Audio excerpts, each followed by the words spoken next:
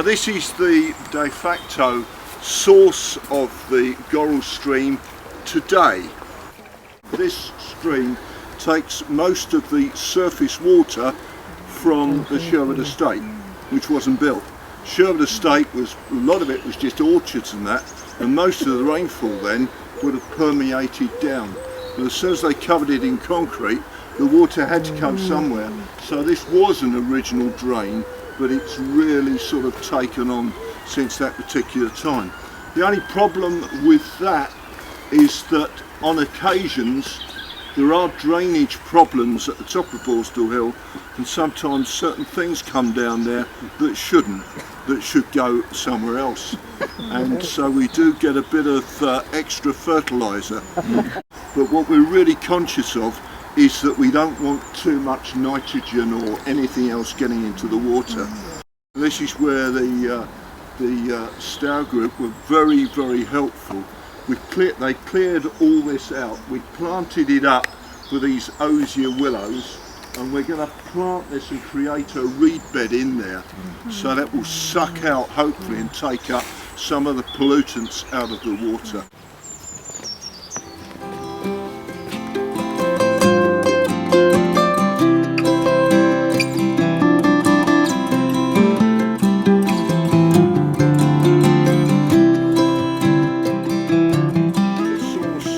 Carry on about 300 metres in that direction, you come to the Thanet Way, and on the other side, and that Thanet Way was built I think in the 30s.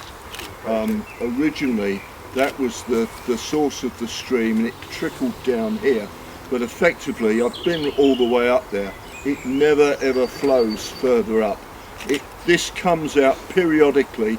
If we have a lot of rain, then it will sort of it gets absorbed underneath, and I think there's a huge amount of clay under here, and then it just pops up and springs out through there.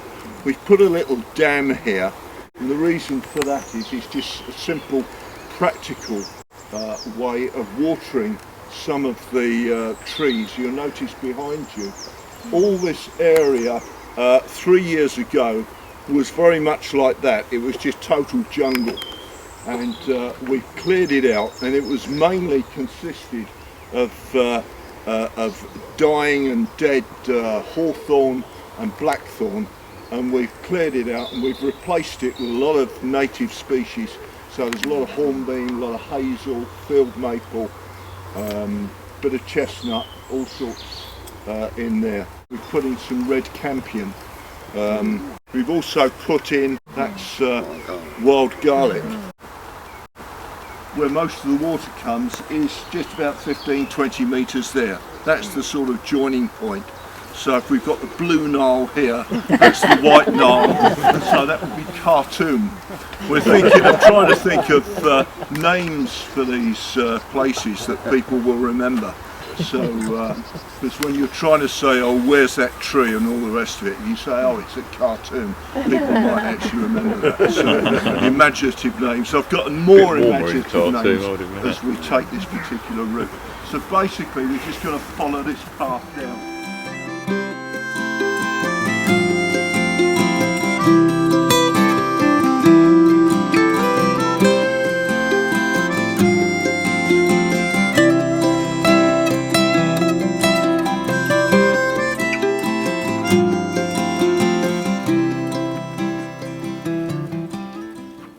Because of the geology here, and it's very sort of heavy clay underneath, streams that start, and if we were to go in the wood, you'd find streams across the wood, and then they just disappear, and it bubbles up here.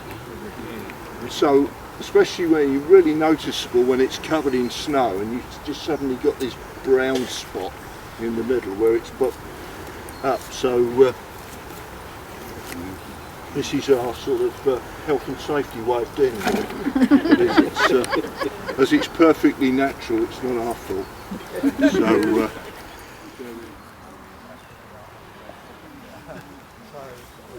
one of the reasons that the Gorrell stream, why it's called Gorrell, there's an explanation put in there. Gore being the old word for sort of red, blood red. It was thought there was some sort of iron workings or something of that nature which would have stained it. So gore and rill being an ancient word for stream, so basically red or bloody stream.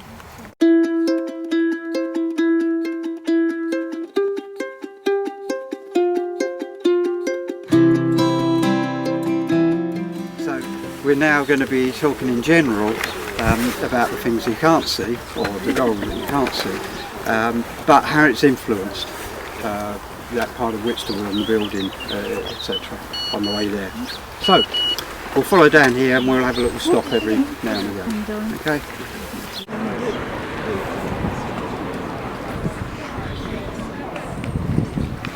In torrential rain, that can really build up quite a head of steam. The roads here are more or less at the same level, and certainly I think about 3 times in the last 15 years we have had flooding in Belmont Road here. This has just got too high and gone over the cricket pitch. So it is a point that we have to keep an eye on. So that's it for now.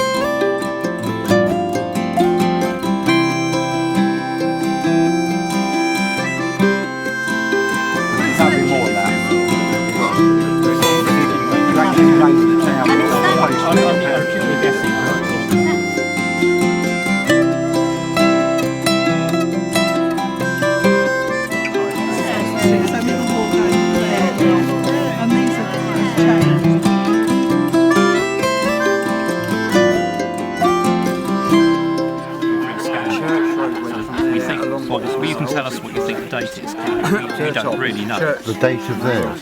So the windmill is white, whereas nowadays it's black. So in those days it was painted white as a navigation mark. Yeah, okay. But you've got all these people. You've got a couple of boys. You've got a girl sitting on the bloke there, and a bloke there, and a bloke there, and another cart over here. So it was quite a little industry. Just trying to think, when was the very first photograph? That was old. 1790? Again, we just can't. We can actually see here.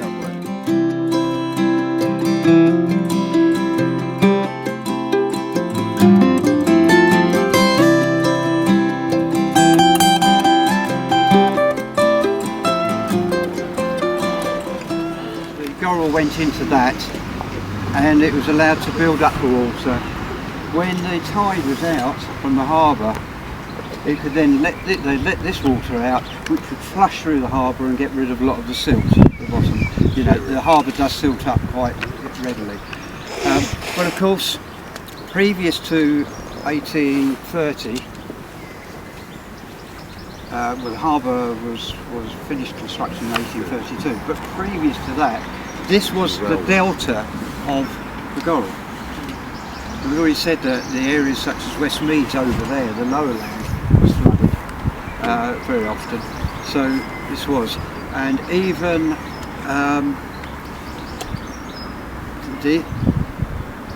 this actually was dug out after the first one they found was inefficient. So they went sort of much bigger.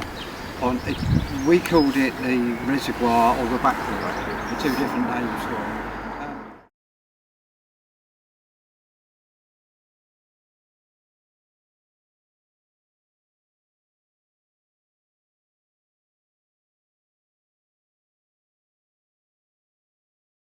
At certain times they could then let the water out into the harbour, but